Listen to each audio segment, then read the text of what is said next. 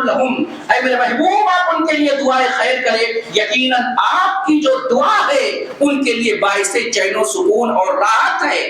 اللہ کے رسول صلی اللہ علیہ وسلم کی ایک حدیث اسی معنی کی ترجمانی کرتی ہے کہ نبی ہریرہ رضی اللہ عنہ قال قال رسول اللہ صلی اللہ علیہ وسلم اذا دعي احدكم فليجب فان كان صائما فليصلي وان كان مفطرا فليطعم او كما قال النبي صلی اللہ علیہ وسلم، اخرج مسلم فی کتاب النکاح۔ اللہ کے رسول صلی اللہ علیہ وسلم بیان فرماتے ہیں جب تم میں سے کسی کو دعوت ولیمہ میں بلایا جائے تو دعوت ولیمہ کو قبول کرنا واجب و ضروری ہے، یا اگر کوئی شخص آپ کو عام دعوت دے دے تو دعوت یہ دینا مستحب ہے، لیکن دعوت کو قبول کرنا یہ واجب و ضروری ہے۔ اور دعوت قبول کرنے کا مطلب نہیں کہ جا کر کے 2 پلیٹ بریانی بھر کے ڈکار لے کر کے آپ چلے آؤ، نہیں۔ اللہ کے رسول کہتے ہیں کہ تم اس کے گھر پہ جاؤ، اگر روزے سے ہو تب بھی جاؤ، دعا دے کر کے آ جاؤ، اور اگر آپ پہلے سے روزے دار نہیں ہیں تو آپ 1 پلیٹ کھا کے بھی آ سکتے ہیں۔ اس سے پتہ یہ چلا کہ صلاۃ کا عربی زبان کے اندر جو معنی ہو کیا ہے، دعا کی ہے۔ یہ نماز اللہ رب العالمین نے کب فرض کیا؟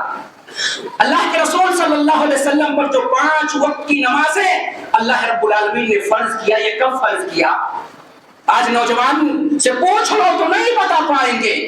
حیرت ہوتی ہے، آپ سوشل میڈیا پہ دیکھیں ہمارے مسلمان نوجوان، ہمارے بچے، ہماری بیٹیاں، اسلام کی شہزادیاں، ایک یوٹیوبر سوال کرتا ہے ایک لڑکے سے کہ تمہارے نبی کا نام کیا ہے؟ وہ سوچتا ہے، اسے نبی صلی اللہ علیہ وسلم کا نام معلوم نہیں ہے، وہ سوچ کر کے بتاتا ہے میرے نبی کا نام صلی اللہ علیہ وسلم ہے۔ پوچھا گیا کہاں سے تمہیں پتا چلا؟ تو کہتا ہے یہ سندل کی مجلس ہے، یہ میلاد کی مجلس ہے، ابھی جشن معراج مصطفیٰ آئے گا، اس میں نعرے لگاتے ہوئے ہم نے سنا ہے، لوگ صلی اللہ علیہ وسلم کہتے ہیں، وہیں سے ہم نے سنا تو ہمیں لگا یہ صلی اللہ علیہ وسلم اللہ کے رسول صلی اللہ علیہ وسلم کا نام ہے۔ یہ ہمارے نوجوان، یہ مسلمانوں کی حالت ہے، جس نبی کے لیے تم مر مٹنے کے لیے تیار ہو جاتے ہو، اپنی گردنیں کٹانے کے لیے تیار ہو جاتے ہو، اپنے مال و بنال کو قربان کرنے کے لیے تیار ہو جاتے ہو، اس نبی کے بارے میں اگر تم سے کہہ دیا جائے 10 جملے نبی کے تعلق سے بتا دو تو شاید کہ کوئی نوجوان ایسا ہوگا جو جناب محمد رسول اللہ صلی اللہ علیہ وسلم کے تعلق سے 10 جملے بیان کر دے لوگوں کے سامنے۔ نماز کب فرض ہوئی؟ ہیرو ہیروئن کا نام پوچھ لو، فلم کا نام پوچھ لو، امریکہ میں کتنے لوگ اللہ کے عذاب کے شکار ہو گئے تو شاید یہ نوجوان بتا لے جائے، لیکن پوچھو رب نے نماز کب فرض کیا ہے تو شاید کہ وہ نہ بتا پائے۔ نماز کو اللہ رب العالمین نے کب فرض کیا؟ ہجرت سے 17 مہینے پہلے، ہجرت سے 17 مہینے پہلے اللہ رب العالمین نے جناب محمد رسول اللہ صلی اللہ علیہ وسلم پر نماز کو فرض کیا، واجب کیا۔ اور کیسے فرض کیا؟ اللہ کے رسول صلی اللہ علیہ وسلم ام ہانی کے گھر میں سوئے ہوئے تھے، جبریل امین آتے ہیں، ام ہانی کے گھر کے چھت کو اٹھا کر کے بغل میں رکھ دیتے ہیں، جناب محمد رسول اللہ سو رہے ہیں، آپ کو اٹھا کر کے حدیم میں لے جایا گیا، وہاں پہ آپ کو سلایا گیا، آپ کے اوپر پانی ڈالا گیا، آپ کو ہوش میں لایا گیا، جناب محمد رسول اللہ کے سینے کو چاک کیا گیا، آپ کے دل کا آپریشن کیا گیا، دل کے اندر سے جو گندگی تھی نکالا گیا، زمزم کے پانی سے دھویا گیا، پھر براق پہ سوار ہو کر کے جبریل امین کے ساتھ بیت المقدس جاتے ہیں۔ اللہ جس کو بڑھانا چاہتا ہے، جس کے مقام کو آگے کرنا چاہتا ہے، ابھی یہ مہینہ معراج کا چل رہا ہے، ابھی شیطان ننگا ناچ ناچے گا، وہ حرکتیں کروائے گا جو شریعت کے اندر ذرہ برابر گنجائش نہیں ہے، بدعت کے دلدل میں پھنسائے گا، نام یہ لے کر کے کہ نبی کو معراج ہوئی تھی رجب کے مہینے میں، جبکہ تاریخ کا کسی کو علم نہیں ہے، تاریخ خاموش ہے، صحیح تاریخ کسی کو پتا نہیں کہ اللہ کے رسول کو معراج کب کرائی گئی۔ جناب محمد رسول اللہ صلی اللہ علیہ وسلم بیت مقدس جاتے ہیں، وہاں انبیاء سب بنا کر کے کھڑے ہوئے ہیں، حضرت آدم سے لے کر کے حضرت عیسیٰ تک۔ اللہ کے رسول جبریل سے پوچھتے ہیں یہ کون لوگ ہیں اور یہاں کیوں کھڑے ہوئے ہیں؟ جبریل امین کہتے ہیں اے اللہ کے رسول ہمارے ساتھ آئیے۔ جبریل امین جناب محمد رسول اللہ کے ہاتھ کو پکڑ کر کے سیدھا جناب محمد رسول اللہ کو امامت عظمیٰ کے مصلی پہ پہنچا دیا۔ تمام نبیوں کی آپ صلی اللہ علیہ وسلم نے امامت کرائی، وہیں سے آپ صلی اللہ علیہ وسلم کو امام الانبیاء کا لقب ملتا۔ آپ صلی اللہ علیہ وسلم کو تحفہ دینا ہے نماز کا، جبریل نہیں بھیجے جا رہے کہ جبریل جاؤ تم نماز کا تحفہ لے کر کے۔ اللہ نے جب حج فرض کیا زمین پہ، زکات فرض کیا زمین پہ، دیگر معمورات اور منہیات کا حکم زمین پہ دیا، لیکن نماز جتنی اہم ہے رب نے فرشتے کو بھیجا، جاؤ میرے محبوب کو لے کر کے آؤ، یہ ایسا تحفہ ہے میں اپنے محبوب کو یہ تحفہ اپنے ہاتھ سے عطا کروں گا۔ اللہ کے رسول صلی اللہ علیہ وسلم جاتے ہیں، پہلے آسمان پہ پہنچتے ہیں، دروازہ کھٹکھٹاتے ہیں، آواز آتی ہے کون ہے، آواز بتایا جاتا ہے، استقبال ہوتا ہے، پہلے آسمان پہ آدم سے ملاقات ہو جاتی ہے، حضرت آدم سے ملاقات کر کے جب جانے لگتے ہیں، حضرت آدم کی حالت یہ ہے جب داہنے طرف اپنے رخ کو کرتے ہیں تو ہنسنے لگتے ہیں، بائیں طرف رخ کرتے ہیں تو رونے لگتے ہیں۔ لوگوں نے پوچھا، جبریل امین سے اللہ کے رسول صلی اللہ علیہ وسلم نے پوچھا، یہ ان لوگوں کے منہ پہ تماچا ہے جو جناب محمد رسول اللہ صلی اللہ علیہ وسلم کے لیے علم غیب مطلق کا عقیدہ رکھتے ہیں، اگر جناب محمد رسول اللہ جانتے کہ حضرت آدم کیوں رو رہے ہیں تو جبریل سے کبھی نہ پوچھتے۔ رسول محترم صلی اللہ علیہ وسلم نے پوچھا، یہ آدم رو کیوں رہے ہیں، داہنے طرف رخ کر کے ہنستے ہیں، بائیں طرف رخ کر کے کیوں رونے لگتے ہیں؟ اللہ کے رسول سے بتاتے ہیں، جب یہ داہنے طرف رخ کرتے ہیں تو اپنے جنتی اولاد کو دیکھتے ہیں، جنتی اولاد کو سکھ اور چین میں دیکھ کر کے مسکرانے لگتے ہیں، جب بائیں نگاہ کرتے ہیں تو اپنی جہنمی ذریت کو دیکھ کر کے حضرت آدم علیہ السلام رونے لگتے ہیں۔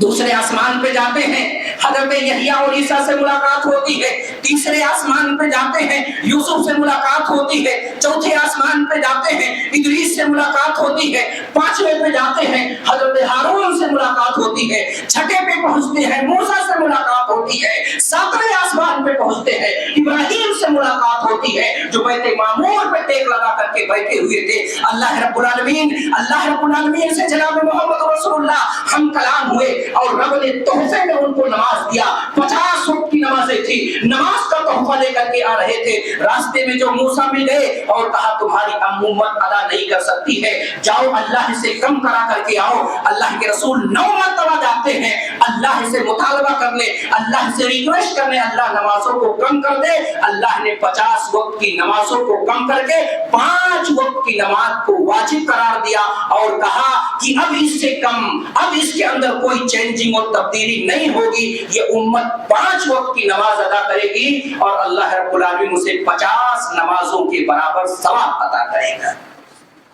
اللہ کے رسول صلی اللہ علیہ وسلم نماز کا تحفہ لے کر کے آتے ہیں اور ساتھ ہی ساتھ یہ بتاؤ، ابتدا میں جب نماز بگننگ میں، شروع میں، اسٹارٹنگ میں فرض ہوئی تو کتنی رکعتیں پڑھی جاتی تھی؟ ساری نمازیں 2 رکعت پڑھی جاتی، ظہر بھی 2 رکعت، عصر بھی 2 رکعت، عشاء بھی 2 رکعت، مغرب بھی 2 رکعت، فجر بھی 2 رکعت، 2 رکعت نماز کر کے پڑھی جاتی تھی۔ جو 5 وقت کی ہم نمازیں یہاں پڑھ رہے ہیں، مکہ میں ابتدائی مراحل میں 5 وقت کی نمازیں 2 رکعت کر کے پڑھی جاتی تھی۔ بخاری کتاب المناقب کی روایت ہے، اما عائشہ روایت کرتے ہیں کہ اول ما اللہ کے رسول صلی اللہ علیہ وسلم بیان فرماتے ہیں اللہ کے رسول کے بارے میں کہ سب سے پہلے جو نماز اللہ کے رسول پہ فرض ہوئی 5 نمازیں اور 2 رکعت کر کے پڑھی جاتی تھی۔ ثم ہاجرا، پھر اللہ کے رسول صلی اللہ علیہ وسلم جب ہجرت کر کے مدینہ آئے تو 5 وقت کی نمازیں ایسی پڑھی جانے لگی جیسے ہم اور آپ آج 5 وقت کی نمازیں ادا کرتے ہیں۔ میرے بھائیوں، یہ نماز کیا ہے؟ یہ نماز اتنی اہم عبادت ہے، توحید کے بعد سب سے پہلا درجہ اگر کسی چیز کا ہے تو وہ نماز کا ہے۔ یہ نماز فاسق و فاجر کے درمیان، نیک اور بد کے درمیان تفریق کرنے والی ہے۔ حقیقی مسلمان وہی ہے جو 5 وقت کی نمازوں کی پابندی کرتا ہے۔ بخاری کتاب الصلاۃ کی روایت ہے کہ ان ابی ہریرہ رضی اللہ عنہ قال قال رسول اللہ صلی اللہ علیہ وسلم من صلى صلاتنا واستقبل قبلتنا واقر ذبیحتنا فذلك المسلم الذي له ذمة الله وذمة رسوله فلا تغفر الله ذمته۔ ابو ہریرہ رضی اللہ تعالیٰ عنہ بیان فرماتے ہیں اللہ کے رسول صلی اللہ علیہ وسلم نے بیان فرمایا، جس نے ہماری نمازیں پڑھی، ہمارے قبلے کا استقبال کیا، ہمارے ذبح کردہ جانور کو کھایا، حقیقی معنوں میں وہی مسلمان ہے۔ یہ حدیث بتا رہی ہے کہ نماز ہمیں جو ادا کرنی ہے، رسول محترم جس کہتے ہیں جس نے ہماری نماز ادا کی، جس نے